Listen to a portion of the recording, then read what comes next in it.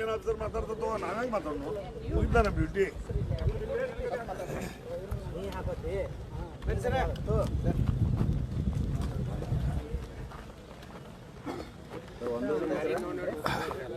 ಯಾರು ದಾರಿ ನೋಡಿ ನಮಗೆ ಫೈಟ್ ಇಲ್ಲ, ನಿಮ್ಮ ಅಡ್ಡ ಐತಿ.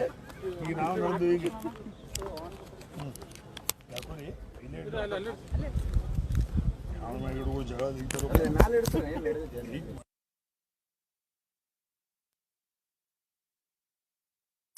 ಸಾಹೇಬ್ರ ನೀವು ಇರ್ಲಿಲ್ಲ ಅಂದ್ರೆ ಮತ್ತೆ ಬಂದು ಮೆಟ್ಮೆಟ್ಲು ಪಡ್ಕೊಂಡ್ವಿ ನಾವು. ಹಿಡಿಬೇಡ್ರ ಅವನ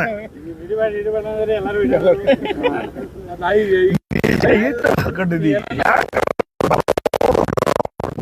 ನೀವು ಉಡಾವ ಸುಮಗ ಈಗ ಇವನ್ ಅನ್ನ ಉಡಾ ಮೇಡ ಇವ ಮಗ ನಗಪ್ಪ ಇದ್ನ ಎಂತ ಮಾಡ್ತಾನ ನೋಡ. ನೀ ಹೇಳ್ಬೋದು ಖರೆ ನಮ್ಮಿಬ್ರು ಹೃದಯ ಒಂದದು. ನಾವು ಚಾಪ ಹಾಗೆಲ್ಲ ನಾವು ಹೊಕ್ಕಿರೋರು ತಾಲೂಕಿನವ್ರು ಸ್ವಾಮಿ ಮಾಡಿ ಬಂದಿದ್ದೀವಿ. ನಮ್ಮ ಅಣ್ಣನ ಮನುಷ್ಯ ಅಂದ್ರೆ ನಾವು ಅಣ್ಣ ಸುಮ್ ದೇಹ ಆಡಿದ್ದು ಅಣ್ಣ ತಮ್ಮ ನಾವು ಒಂದ ಜೀವ ಇದ್ದೀವಿ.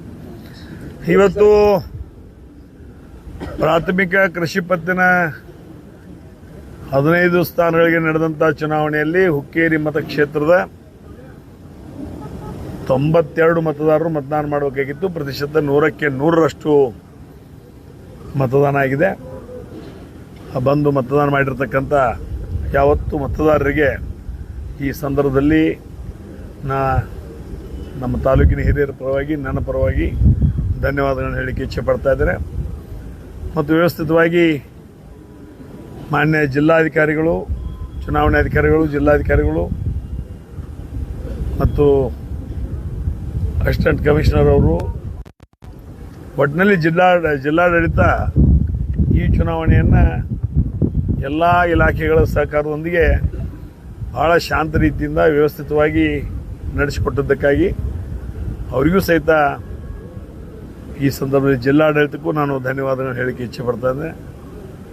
ವಿಶೇಷವಾಗಿ ಪೊಲೀಸ್ ಇಲಾಖೆಯವರು ಸಹಿತ ಶ್ರದ್ಧಾಪೂರ್ವಕವಾಗಿ ಕೆಲಸ ಕಾರ್ಯನಿರ್ವಹಿಸಿದ ಅವರಿಗೂ ಸಹಿತ ಈ ಸಂದರ್ಭದಲ್ಲಿ ನಾನು ಧನ್ಯವಾದ ಹೇಳಲಿಕ್ಕೆ ಇಚ್ಛೆ ಪಡ್ತಾ ಇದ್ದೇನೆ. ಪ್ರತಿಶತ 100ಕ್ಕೆ 100ರಷ್ಟು ಇವತ್ತು ಮತದಾನ ಆಗಿದೆ.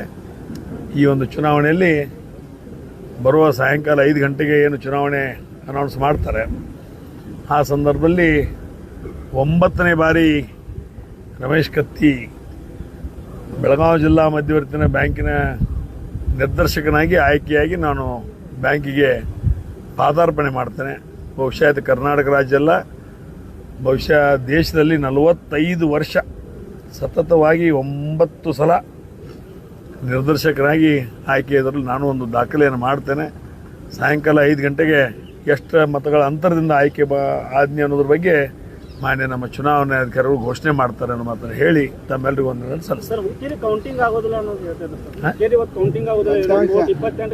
ಬಹುಶಃ ಇವತ್ತು ಕೌಂಟಿಂಗ್ ಆಗುವುದು ಅಥಣಿ ಮತ್ತು ರಾಯಬಾಗ್ ಮತ್ತು ರಾಮದುರ್ಗ್ ಈ 3 ಕೌಂಟಿಂಗ್ ಆಗಿ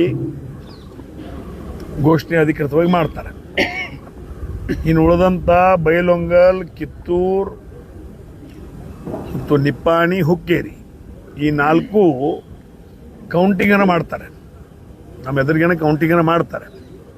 ಆದರೆ ಈ 4 ತಾಲೂಕಿಗೆ ಸಂಬಂಧಪಟ್ಟಕ್ಕಂಥ ಕೋರ್ಟ್ನ ಆದೇಶದ ಪ್ರಕಾರ ಕೆಲವಷ್ಟು 4 ಮತಗಳು ಕೋರ್ಟಿನ ಮಾರ್ಗದರ್ಶನ ಪ್ರಕಾರ ಇವತ್ತು ದಿವಸ ಮತದಾನ ಆಗಿದೆ. ಬಟ್ ಅದನ್ನ ಬ್ಯಾಲೆಟ್ ಬಾಕ್ಸನ್ನು ಬೇರೆ ಮಾಡಿದ್ದಾರೆ.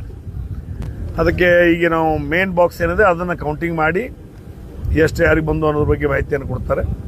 ಅದರ ನಂತರ ಈ ನಡೆದಂಥ ಚುನಾವಣೆ ಪ್ರಕ್ರಿಯೆಯನ್ನು ಮಾಹಿತಿಯನ್ನು ಕೋರ್ಟಿಗೆ ಕೊಟ್ಟ ನಂತರ ಕೋರ್ಟು ಏನು ನಿರ್ದೇಶನ ಕೊಡ್ತದೆ ಅದನ್ನು ಬರುವ 28ನೇ ತಾರೀಕಿನ ದಿವಸ ಆ ಬ್ಯಾಲೆಟ್ ಬಾಕ್ಸನ್ನು ಓಪನ್ ಮಾಡೋದ್ರ ಮುಖಾಂತರ ಒಟ್ಟಾಗಿರ್ತಕ್ಕಂಥ ಮತಗಳ ಎಣಿಕೆಯನ್ನು ಸಂಪೂರ್ಣ ಮಾಡಿ ಯಾರು ಎಷ್ಟು ಮತದಿಂದ ವಿಜಯ ಆದರು ಅನ್ನುವಂಥ ಮಾತನ್ನು ಆ ಸಂದರ್ಭದಲ್ಲಿ ಹೇಳ್ತಾರೆ.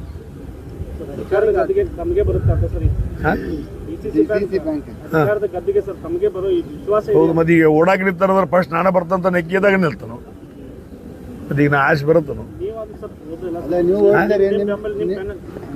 ಸಮಾನ ಮನಸ್ಕರ ಆಡಳಿತ ಚುಕ್ಕಾಣಿ ಸಮಾನ ಮನಸ್ಕರ ಆಡಳಿತ ಚುಕ್ಕಾಣಿಯನ್ನು ಬೆಳಗಾವಿ ಜಿಲ್ಲಾ ರೈತರ ಹಿತದೃಷ್ಟಿಯಿಂದ ಹಿಡಿತದ ಅದು ಆತ್ಮವಿಶ್ವಾಸ ನನಗಿದೆ. ಅದ್ರ ನೇತೃತ್ವ ನೀವೇ ವಹಿಸ್ತೀರಾ? ಅದ್ರ ನೇತೃತ್ವ ನೀವೇ ವಹಿಸ್ತೀರಾ? ಬೆಳಗಾವಿ ಜಿಲ್ಲೆಯ ಪಕ್ಷಾತೀತವಾಗಿರ್ತಕ್ಕಂಥ ಎಲ್ಲ ಹಿರಿಯರ ನೇತೃತ್ವದಲ್ಲಿ ಒಂದು ಆಯ್ಕೆ ನಡೀತದೆ. ಅದನ್ನ ಚಲೋ ಕೇಳಿದ್ವಿ. ಯಾಕಂದ್ರೆ ಮೊದಲನೇದು ಬಹುಶಃ 1986ರಲ್ಲಿ ನಾನು ಮೊದಲನೇ ಚುನಾವಣೆಯನ್ನು ಮಾಡಿದ್ನಿ. 86ರಲ್ಲಿ ನನ್ನ ವಿರುದ್ಧ ಮೆಟಗೂಡ್ ಅಂತ ಬೈಲುಂಗಲ್ದವ್ರು ನಿಂತಿದ್ರು. ಅವಾಗ 101 ಹೋಟ್ ನನಗೆ ಬಿದ್ದಿದ್ದು, ಅವ್ರಿಗೆ 40 ಬಿದ್ದಿದ್ದು. ಅದು ಚುನಾವಣೆ ಆದ ನಂತರ ಇಲ್ಲಿಯವರೆಗೆ ಚುನಾವಣೆ ಆಗಿರ್ಕಿಲ್ಲ. ಈ ವರ್ಷ ಅಂದರೆ ಮೊದಲನೇ ಚುನಾವಣೆ ಒಂದು, ಇದು 9ನೇ ಬಾರಿ ಚುನಾವಣೆ. 2 ಆಗ್ಯದವ, ಬಾಕಿವು 7 ಅವಿರೋಧವಾಗಿ ಆಯ್ಕೆದವ. ಜಿಲ್ಲೆಯ ಹಿರಿಯರ ಸಹಕಾರಿಗಳ ಒಂದು ಮಾರ್ಗದರ್ಶನದಲ್ಲಿ ಆಯ್ಕೆ ಆಗಿದೆ. ಈ ಸಲ ರಾಮ್ ಅಲ್ರಿ, ಈ ಸಲ ರಾಮ್ ಲಕ್ಷ್ಮಣ್ ಟ್ರೆಂಡ್ ಒಂದಿತ್ತು. ರಾಮ್ ಲಕ್ಷ್ಮಣ್ ಹ್ಯಾಮ್ ಟ್ರೆಂಡ್ ಐತಿ. ಅದು ನೀವು ಒಮ್ಮೆ ಬಿಡ್ತೀರಿ, ಒಮ್ಮೆ ಹಿಡಿತೀರಿ. ನಿಮ್ಗೆ ಯಾವ ಬೇಕಾಗ ಜೋಡಿಸ್ಕೋತೀರಿ, ಯಾವ ಬೇಕಾಗ ಬಿಡ್ತೀರಿ. ರಾಮ್ ಲಕ್ಷ್ಮಣ್ ಟ್ರೆಂಡ್ ಮೊದ್ಲಿಂದು ಐತಿ, ಹಿಂದೂ ಐತಿ, ಈಗೂ ಐತಿ, ಮುಂದೂ ಇರ್ತೈತಿ. ಎಲ್ಲೆಲ್ಲಿ ದಬ್ಬಾಳಿಕೆ, ಗುಂಡಾಗಿರಿ, ಏನೇನು ಕಾರ್ಯಕ್ರಮ ಯಾರು ಹಾಕಿರ ಅಲ್ಲಿಬ್ರು ಬಂದ್ ನಾವು ಇಬ್ರು ರಾಮ ಲಕ್ಷ್ಮಣ ಇನ್ನೂ ಅದಾರ, ಒಂದು 5-6 ಮಂದಿ, ಅವರೆಲ್ಲ ಕರ್ಕೊಂಡ್ ಬಂದ್ ನಿಲ್ತೀವಿ. ಏನು ನಮಗ್ ಗೊತ್ತಾಗಿದ್ದು, ನಮ್ಮ ಹುಕ್ಕೇರಿ ಮತಕ್ಷೇತ್ರ ಕಾಲಿಟ್ಟಾಗ ಗೊತ್ತಾತು, ಕಾಲು ತಿರಿದೆವು. ಮತ್ತೆ ಗೊತ್ತಿದ್ರಕ್ಕಿಲ್ಲ, ಅದೇನು ಓಪನ್ ಸೀಕ್ರೆಟ್ ಐತಿ. ಕಿತ್ ಕೈಯಾಗ ಬಂದಿದ್ದು ನೀನು ಕಾನೂನು ಸಮರ ಹೋತ್ಲ ಕಿತ್ಕೊಂಡ್ರೆ. ಯಾವ್ದು ಕಾನೂನು ಮಾತಾಡಿದ ಬಗ್ಗೆ ಅವ್ರು ನನಗೂ ಕಾನೂನು ಐತಿ, ಅವ್ರಿಗೂ ಕಾನೂನು ಐತಿ. ಕಾನೂನು ನ್ಯಾಯಯುತವಾಗಿ ನಾನು ಹೋರಾಡ್ತಾನೆ, ಅವರು ಓಡಾಡ್ಲಿ. ಈಗ ನಾವು ಮಾತಾಡ್ರೆ ಕಾನೂನ, ಅವ್ರು ಮಾತಾಡ್ರೆ ಕಾನೂನು ಇಲ್ಲನ. ನಾವೇನು ಯೋಡ ಬಿಟ್ಟಿದನು. ನನಗೂ ಕೋರ್ಟ ಕಚೇರಿ ಗೊತ್ತೈತಿ, ಅವರು ಎಲ್ಲಿ ಕಾನೂನು ಪ್ರಕಾರ ಹೆಂಗೆ ಇಡ್ಬೇಕು ಅದು ಗೊತ್ತೈತಿ. ಅವ್ರ ಚಂಡ ಅವ್ರು ಹೋಗಿದ್ದಾರು, ನಮ್ಮ ಚಂಡ ನಾವು ಇಟ್ಟು ಇಷ್ಟ. ಅವ್ರಿಗೆ ಸ್ಪಿನ್ ಹೋಗಿ ಯಾಕೆ ಬರಂಗಿಲ್ಲ, ನಾವು ಸ್ಪಿನ್ ಹೋಗಿತ್ತು. ಲೆಟರ್ ಬರ್ದಿದ್ದೀರಿ ಅಂತಂದ್ರೆ ಏನು ಇಶ್ಯೂ ಸಲುವಾಗಿ AK-14 ಸಲುವಾಗಿ ಈಗಾಗಲೇ ಪ್ರಧಾನಮಂತ್ರಿಗಳು ನಮ್ಮ ದೇಶದ ಪ್ರಧಾನಮಂತ್ರಿಗಳಿಗೆ, ಕೇಂದ್ರ ಸರ್ಕಾರದ ಗೃಹ ಸಚಿವರಿಗೆ ಮತ್ತು CBIನ ಮುಖ್ಯಸ್ಥರಿಗೆ ಈ ಪ್ರಕ್ರಿಯೆಯಲ್ಲಿ ನಾನು ಇವತ್ತು ದಿವಸ ಪತ್ರವನ್ನು ಬರೆದಿದ್ದೇನೆ. ಆಗಿರ್ತಕ್ಕಂಥ 3 ವಿಷಯಗಳ ಬಗ್ಗೆ ಬರೆದಿದ್ದೀನಿ. ಒಂದನೇದ್ದು, ಈ ಒಂದು 88ರಲ್ಲಿ 1988 ಡಿಸೆಂಬರ್ 5ರಲ್ಲಿ ಆಗಿರ್ತಕ್ಕಂಥ ಐಗಳಿ ಕೊಲೆ ಪ್ರಕರಣ ಮತ್ತು AK-47 ಗನ್ ಎಲ್ಲಿಂದ ಬಂತು ಅದರ ಬಗ್ಗೆ ಸಮಗ್ರವಾಗಿರ್ತಕ್ಕಂಥ ತನಿಖೆ ಆಗಬೇಕು ಅನ್ನುವಂಥ ಮಾತನ್ನು ಹೇಳಿದ್ದೇನೆ. ಎರಡನೇದಾಗಿ, ಕೊಣ್ಣೂರು ಗಲಭೆ 95-96ರಲ್ಲಿ ಆ ಗೋಕಾಕ್ ಮಿಲ್ಲಿನ ಒಂದು ಯೂನಿಯನ್ದ ಒಂದು ಸಂದರ್ಭ ಆಗಿರ್ತಕ್ಕಂಥ ಗಲಭೆಯಲ್ಲಿ ಒಂದು 10-16 ಜನ ಸತ್ತು ಹೋದ್ರು. ಮರ್ಡರ್ಗಳಾದನು, ಕೊಲೆ ಅದು ಏನೇನೋ ಅದು. ಅದರ ಬಗ್ಗೆನೂ ಸಮಗ್ರವಾಗಿರ್ತಕ್ಕಂಥ ತನಿಖೆ ಆಗಬೇಕಂತ ಮಾತನ್ನು ಹೇಳಿದ್ದೇನೆ. ಅದ್ರ ಜೊತೆಗೆ ಘಟಪ್ರಭಾ ಸಹಕಾರಿ ಕಾರ್ಖಾನೆ ಬಹುಶಃ ಅವರು 88-90 ಇಸ್ವಿಯಲ್ಲಿ ಅಲ್ಲಿ ದುಡ್ಡು ಸಾಲ ತೊಗೊಂಡಿದ್ರು. ಆ ಸಾಲವನ್ನು ಇಲ್ಲಿವರೆಗೆ ಒಂದು ಪೈಸೆ ದುಡ್ಡು ಇಲ್ಲ, ಬಡ್ಡಿ ಇಲ್ಲ, ಅಸಲು ಇಲ್ಲ, ಬಡ್ಡಿ ಇಲ್ಲ, ಕಂತು ಇಲ್ಲ, ಏನೂ ಕಟ್ಟಿಲ್ಲ. ಅದ್ರ ಬಗ್ಗೆನೂ ಸಹಿತ ತನಿಖೆ ಆಗಬೇಕು ಅನ್ನೋಂಥ ಮಾತನ್ನು ಬರ್ತೇನೆ. ಈಗಾಗಲೇ CBI COD ತನಿಖೆ ಆ ಘಟಪ್ರಭಾ ಸಹಕಾರಿ ಕಾರ್ಖಾನೆ ಮ್ಯಾಗಿದೆ. ಅದನ್ನು ಸಹಿತ ರಾಜ್ಯ ಸರ್ಕಾರದವರು ಮುಂದುವರಿಸಬೇಕು ಮತ್ತು CBI ಅವರಿಗೆ ಸಹಕಾರ ಕೊಡಬೇಕು ಅನ್ನೋ ಮಾತಿನಲ್ಲಿ ಈಗಾಗಲೇ ಪತ್ರ ಬರೆದಿದ್ದೇನೆ. ಅವಶ್ಯಕತೆ ಬಿದ್ದರೆ ಹೋಗಿ ದಿಲ್ಲಿಗೆಲ್ಲ ಕಲ್ಕತ್ತಾಗ ಹೋಗಿ ಕಲ್ಕತ್ತಾಗ ಹೋಗ್ಬೇಕು. ನಿನ್ನೆ ಬರ್ದಾನೆ, ಹೋಗಿ ಮುಟ್ಲಿಲ್ಲ. ಏನ್ ತುಂಬಿಡ್ರು ಭಾರತ ದೇಶದ ಇನ್ನ ಡಾಕ್ ಗರ್ ಐತ್ ನಮ್ಮದ. ಇನ್ನ ಹೆಗಲ ಹಾಕಂದ್ ಬೈಸ್ನಾಗ ಹೋಗಿ ಮುಟ್ಟದೆ, ಅವ ಪೋಸ್ಟ್ ಮಾಡಿ ಹೋಗಿ ಎಲ್ಲಿ ಮಗನ ಮಿನಿ ವಿಕೆಟ್ ಹೋಗಿರ್ಬೇಕು. ಅದು ಬಂದದಕ್ಕ ಹಂಗೆ ಅವಶ್ಯಕತೆ ಬಂದ್ರೆ ದಿಲ್ಲಿಗೆ ಅದು ಹೋಗಿ ಬರುವಂತ ಕೆಲಸ ಮಾಡ್ತಾರೆ. ಸಾಕು